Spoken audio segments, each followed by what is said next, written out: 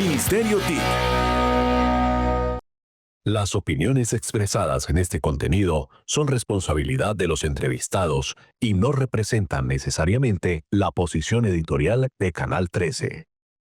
Código abierto, conexión total, ideas que avanzan, salto digital, lo que era difícil, aquí es normal. Código abierto, tu acceso vital.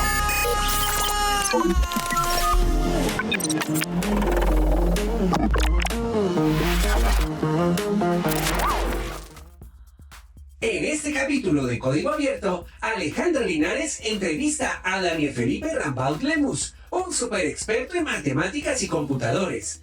En el programa nos explican que la ciencia de datos consiste en usar la información que guardan las computadoras para ayudar a los alcaldes y gobernantes a tomar mejores decisiones por el país. También descubrimos que la inteligencia artificial no viene a reemplazar a los humanos, sino a trabajar en equipo. Y Daniel le da un consejo genial a los niños. Las matemáticas son el lenguaje del futuro. Así que aprender tecnología e inteligencia artificial es como tener superpoderes para mejorar el mundo y ayudar a las personas. Bueno, bienvenidos a Código Abierto, donde exploramos el mundo sin secretos. Y para que no haya secretos, en esta oportunidad tenemos un invitado que particularmente y desde los números, desde las matemáticas, desde la ciencia de datos, nos va a enseñar a entender y aprovechar la tecnología. Bienvenido, Daniel Felipe Rambaud. Hola, mucho gusto. ¿Cómo están? Bienvenido, Daniel. Pues Daniel es matemático, tiene maestría en inteligencia artificial y ciencia de datos y particularmente lidera en el Departamento de Planeación Nacional el grupo de ciencia de datos. Suena esto todo muy complejo, muy difícil, pero la idea es que nuestros televidentes, los ciudadanos puedan entender para qué nos sirven los datos. Cómo los datos pueden ayudar a la toma de decisiones públicas y pues desde una entidad tan prestigiosa y tan certera en los números como es el Departamento Nacional de Planeación.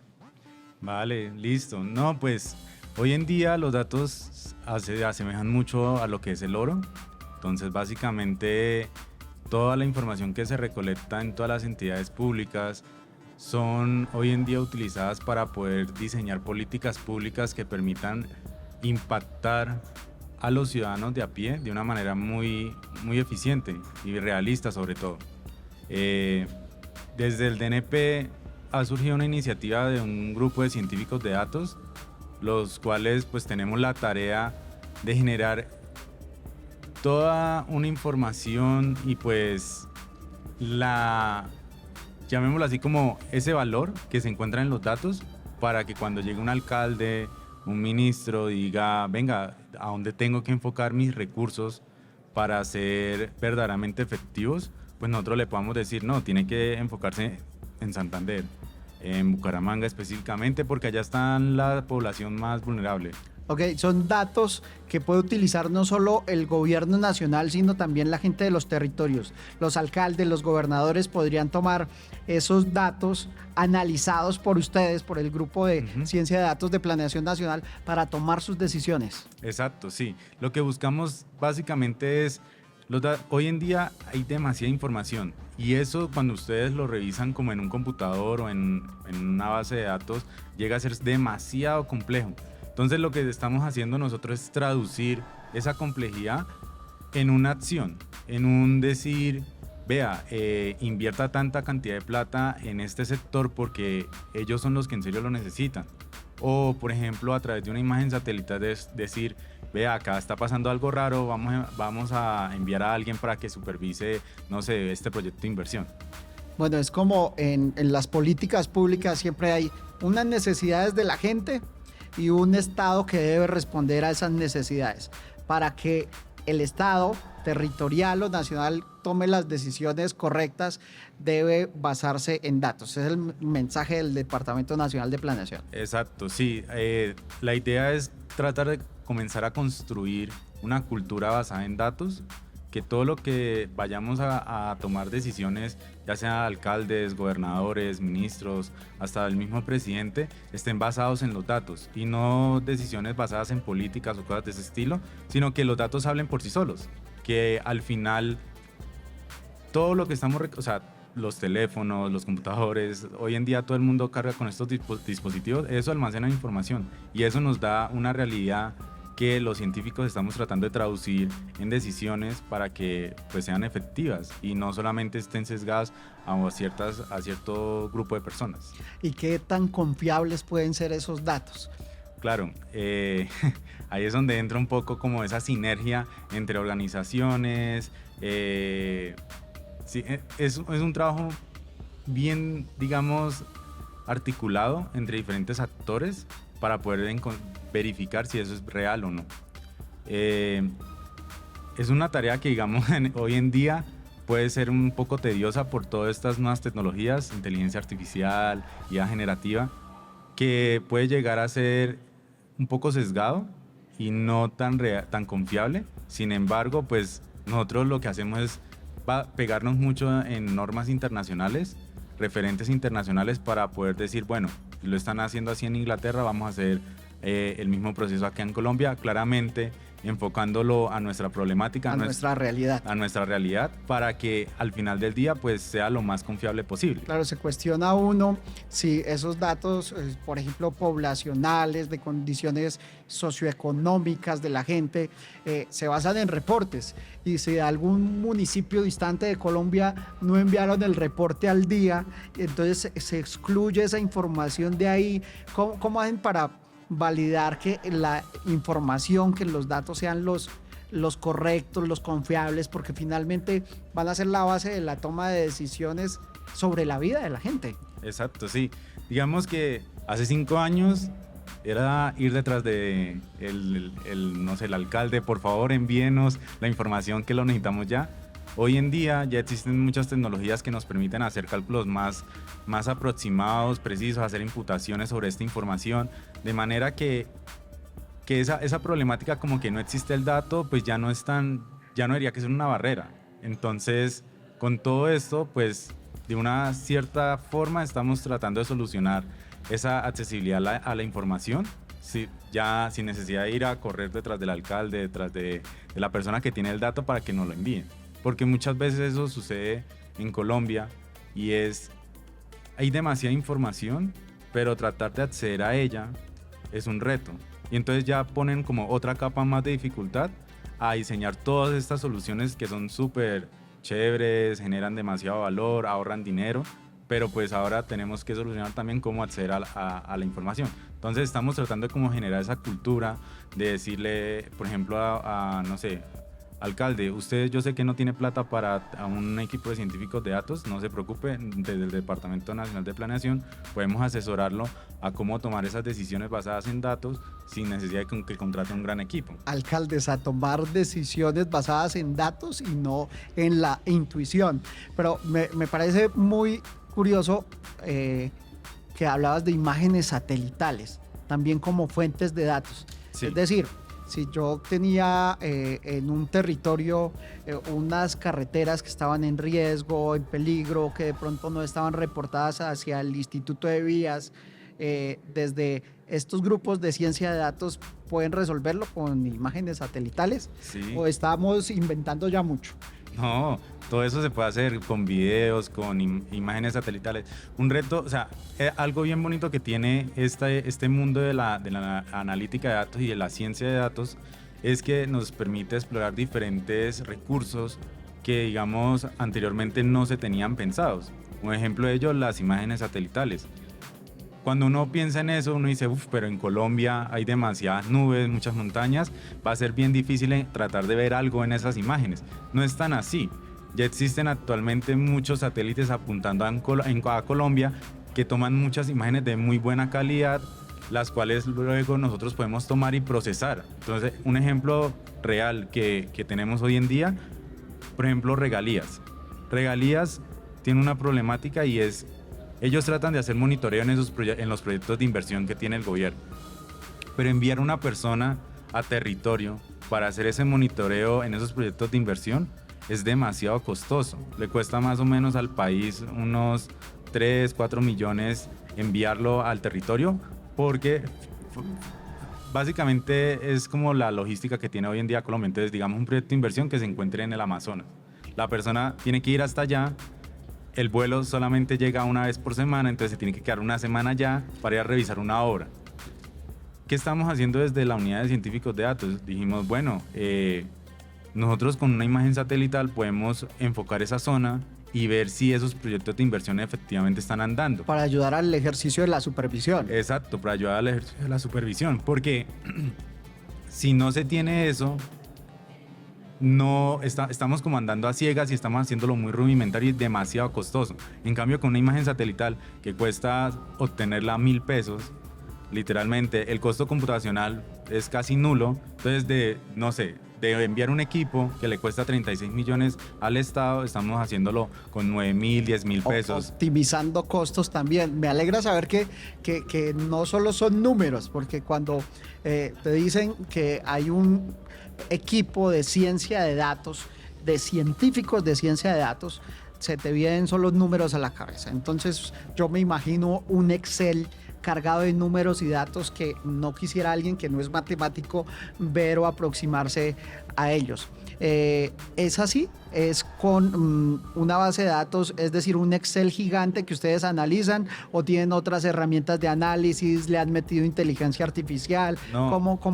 ¿Cómo es la realidad de los científicos de datos? La realidad, lo bonito de trabajar acá en el sector público, desde el mundo de la ciencia de datos, es que nos permite generar impacto y además tener contacto con organizaciones internacionales que nos enseñan. O sea, nos permiten seguir esas normas, esos patrones, estar a la vanguardia. Entonces, hoy en día ya no programamos como antes, que era 100% código en Excel, sino ya utilizamos herramientas más avanzadas con aliados estratégicos como Microsoft, que nos ofrecen servicios en nube, acceso a inteligencia artificial generativa como ChatGPT o modelos más avanzados. Y con toda esa sinergia y con todas esas capacitaciones, pues nosotros logramos generar esas herramientas que al final son de mayor utilidad y de mayor impacto. ¿Inteligencia artificial ayudando al análisis, o la inteligencia solita hace el análisis y te dice cuál decisión tomar? Ambas. ¿Por qué? Claramente hay un factor que en donde va a entrar el ser humano, y entonces ahí es donde entran los expertos. Nosotros como científicos de datos sencillamente habilitamos la herramienta.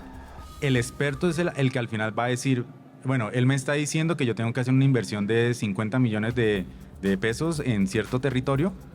¿Tiene sentido esto o no?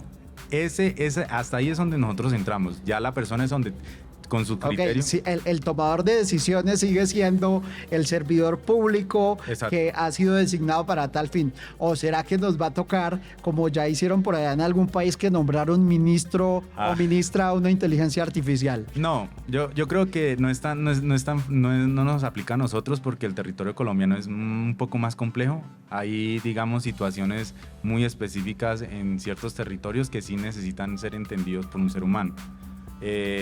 Además, pues hay un sentimiento, pues hay un trasfondo, ¿no? O sea, nosotros tenemos una historia que ha estado cambiando en los últimos años muy drásticamente, lo cual, pues pasarle a una inteligencia artificial llega a ser un poco más complejo. Entonces, lo que nosotros siempre le decimos a todos los proyectos que tienen que ver con IA generativa es, ojo, nosotros se lo desarrollamos, pero en la letra chiquita siempre cabe, esto hace su responsabilidad como gestor de este proyecto es verificar, validar que las respuestas que está dando la IA sean correctas. Hasta ahí llegamos. Es decir, el concepto no obliga. Yo te doy los datos, exacto, las herramientas de análisis, pero el tomador de decisiones públicas es usted. Y por ahora estamos listos para dejarnos ayudar de la inteligencia artificial, pero no para un ministro en inteligencia artificial. Todavía necesitamos funcionarios públicos de carne y hueso. De eso vamos a seguir dialogando con los expertos aquí al regreso de comerciales. Ya regresamos. Bueno, estamos en Código Abierto explorando el futuro sin secretos, y en esa exploración estamos comprendiendo cómo funciona la toma de decisiones públicas basadas en datos, si esos datos son confiables o no, si esos datos se obtuvieron bien o no y cómo validarlos. Pero ¿quién vigila los datos? ¿Quién es el encargado de ver si esos datos que se manejan allí en el Departamento Nacional de Planeación son válidos o no? Sí, digamos, nosotros ya tenemos unas políticas estandarizadas para hacerle seguimiento a la información que nos llega de diferentes sectores, de manera que cuando llega algún dato atípico, cuando sucede algo, nos generan alertas y así podemos pues entrar a revisar qué es lo que está sucediendo. Siempre tratamos de que la información que se publique hacia afuera, hacia los diferentes departamentos, municipios, personas, sea lo más confiable y verídico, porque nosotros sabemos que como Departamento Nacional de Planeación somos un recurso de muchas investigaciones, de muchas empresas, iniciativas, para generar estas nuevas herramientas. Entonces sabemos que el riesgo de publicar algo que esté mal o que esté sesgado, pues es muy alto. Y la información, estos datos que manejan ustedes allí versus los que se manejan en el DANE, el Departamento Nacional de Estadística, ¿qué diferencia tienen? ¿O se han encontrado que la información de una entidad y la otra sean diferentes o se complementan? ¿Cómo son ahí las competencias? No, nos complementamos muy bien, la verdad. Digamos que siempre estamos trabajando muy de la mano con todos estos actores, DANE, MINTIC, Ministerio de Hacienda, todos los que estén involucrados generando información, de manera que nosotros tratemos de orientar cómo construir la data de una manera efectiva para que pues no nos estemos como pisando ahí las mangueras ni nada de eso, sino que sea un trabajo como en conjunto. Complementario, exacto, para que genere ese valor efectivo. Salió en el 2018 un COMPEX del manejo de la Big Data y nos dijeron que Colombia era pionero porque era el primer país de Latinoamérica en tener un COMPEX, una regulación para la Big Data. Pero contémosle a los televidentes qué es la Big Data, por qué es importante gestionarla, reglamentarla y qué fue lo que dijo ese COMPEX, hacia dónde nos lleva. Claro. En el 2018 estaban surgiendo estas nuevas tecnologías que nos decían, vea, usted tiene esta información, pero era demasiada la información, o sea, teras y teras de información. ¿Qué es lo que buscaba este COMPEX? Poder organizar y poder decirle a las entidades públicas cómo tenían que recolectarla y cómo tenían que usarla, ¿vale? Al final del día, esta iniciativa del COMPEX fue la que permitió crear la unidad de científicos de datos. La que hoy en día pues tengo el gusto de liderar, porque desde ese momento se dieron cuenta, oiga, todo lo que nosotros estamos recolectando es muy valioso y hay información que no estamos viendo, o sea, que un simple dashboard o una tabla en Excel no nos puede mostrar. Y lo que se buscaba era eso, tratar de sacar esa información que estaba ahí oculta en toda esta data, para poder llegar a tomar decisiones más inteligentes. La percepción es de que el Departamento Nacional de Planeación tiene una alta capacidad técnica y de organización y manejo de los datos, así lo percibimos los ciudadanos. Pero ¿por qué no han logrado los territorios, las gobernaciones, las alcaldías hacer como una gestión eficiente también de la Big Data? ¿Qué nos faltará en el estado territorial para asumir esa misma capacidad técnica? Sí, desde mi punto de vista, yo siento que es un poco de comunicación. Digamos que levantar la mano y también conocer qué herramientas existen hoy en día, qué recursos tienen ellos hoy en día, es un poco como la complejidad.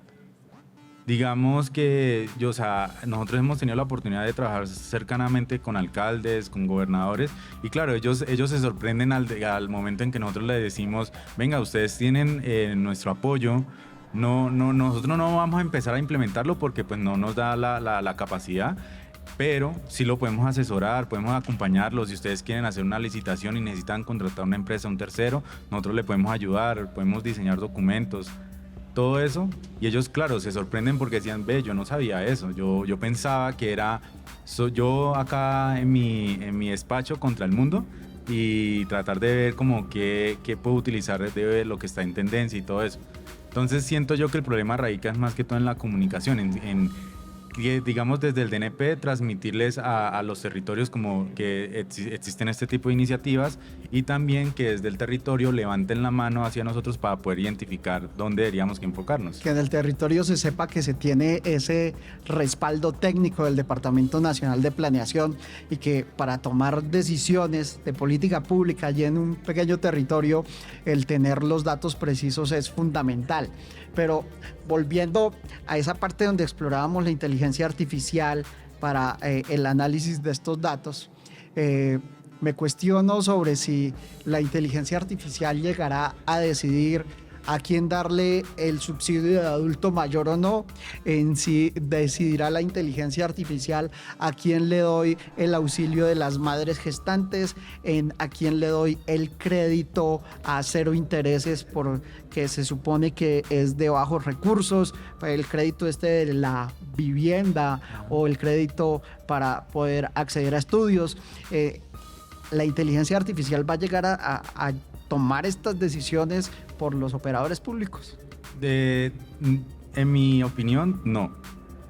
Ya que pues desde el Departamento Nacional de Planeación hemos tratado de tener estas iniciativas de tomar decisiones basadas en datos y utilizar herramientas tecnológicas de vanguardia. Sin embargo, también vemos que es muy importante el conocimiento de un experto, el conocimiento de esa persona que ya tiene la experiencia previa, que ya sabe como esos truquitos que es muy difícil capturarlo en la data.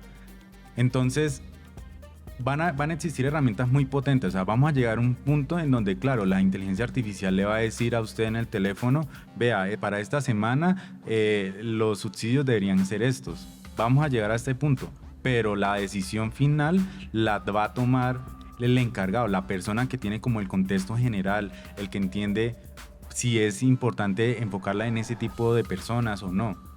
Porque por más que queramos, por más algoritmos o avances tecnológicos que tengamos, va a ser muy difícil reemplazar esa experiencia, ese criterio, ese pensamiento crítico. Y pasárselo a un computador va a ser muy posible. Qué bueno que los seres humanos tenemos como ese buen grado de autoestima de decir, las máquinas no nos van a reemplazar. Nosotros tenemos ese pensamiento crítico, la creatividad, la posibilidad de ponderar decisiones. Pero pues me inquieta también pues poder como analizar desde el punto de vista de las matemáticas, los números. Tú que eres matemático, y pues cuando a uno le enseñaban matemáticas en el colegio le decían, las matemáticas son exactas. Las matemáticas no mienten porque las matemáticas son exactas y es más, algunos decían matemáticas de San Victorino, 1 más 1 da 2. Pero te ha pasado el caso de que por encima de lo que te dijeron los números se necesitó apartarse de la conclusión que te dieron los números para decir acá hay un contexto diferente y la decisión tiene que ser otra, contraria a los números. Sí, la verdad me pasa muy seguido. Claro, este mundo acá tiende uno a pensar que es muy determinístico, como que esta es la realidad, esto es lo que me están diciendo los datos, no hay más. No es tan así. Hay muchas situaciones que nosotros tratamos de capturar con los datos, pero al final del día, cuando vamos y contrastamos con la realidad, cuando le decimos a un subdirector, vea, estas fueron nuestras conclusiones, él dice, pero eso está muy alejado de la realidad, y nos empieza a desglosar muchas situaciones que, claro, contexto, recursos, situaciones que, no, por ejemplo, no sé, una inundación, y nosotros cómo podemos prever eso. Entonces, con toda esa información, claro, al momento de nosotros escribir las conclusiones, cambian radicalmente. Y nos hace pensar, bueno, nos hace falta de pronto analizar otros puntos de vista, tener en cuenta más información. Sin embargo, pues claro, en el ejercicio de poder llegar a ser más proactivos, lo que hacemos es trabajar muy de la mano del experto y llegar hasta cierto punto en donde decimos, bueno, nos vamos con esto porque es confiable y va a dar buen resultado. Y siempre hay como un espacio para la evaluación o como para replantear, aunque pues con toda la responsabilidad que requiere el servicio público. Pues nos enseñaron que para hacer un buen proyecto o una política pública, primero se hace un diagnóstico. Luego se toma la mejor decisión, luego se implementa y luego se evalúa. Pero cuando uno llega y evalúa y se ha cometido algún error, pues cuánto presupuesto por el camino no se gestionó bien y se le hizo daño al patrimonio público. Claro, eso hoy en día, digamos que con todas estas nuevas tecnologías nos ayudan a mitigar ese riesgo de retrocesos a muy alto costo, porque digamos que nosotros siempre estamos revisando los estándares internacionales para poder hacer mejor nuestra metodología al momento de desarrollar estas herramientas y así evitar esos costos, porque nosotros sabemos, claro, digamos que para un científico de datos puede decir, eso es sencillamente un dato en un computador, no tiene ningún impacto, pero desde el DNP, o sea, desde la posición de política pública, ese puede ser básicamente que una persona o no reciba subsidio o puede ser que no llegue ciertas ayudas al territorio. Entonces, un grado de responsabilidad gigante. Exacto, entonces nosotros lo que tratamos de hacer es implementar metodologías ágiles que nos permitan llegar a un producto lo suficientemente bueno como para poder tener buenas decisiones. Bueno, pues los territorios, las entidades y sobre todo los ciudadanos deben saber que Planeación Nacional tiene un ejercicio de análisis de datos muy serio para acompañar la toma de decisiones públicas. Pero los datos no son los que deciden, informan, son herramientas de apoyo porque la decisión sigue siendo humana mientras no nos llegue algún ministro de inteligencia artificial, un holograma que tome decisiones por nosotros. Muchas gracias por acompañarnos.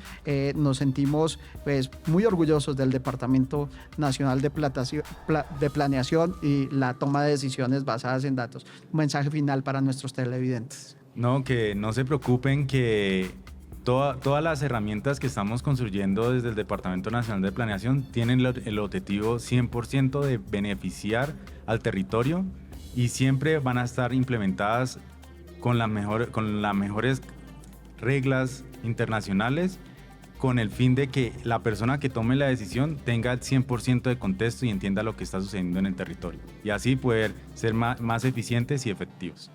Muchas gracias. El código se ha abierto, así es de que veamos el futuro sin secretos y nos vemos en el próximo episodio. Quedamos a un clic. Código abierto, conexión total, ideas que avanzan, salto digital, lo que era difícil, aquí es normal. Código abierto, tu acceso vital.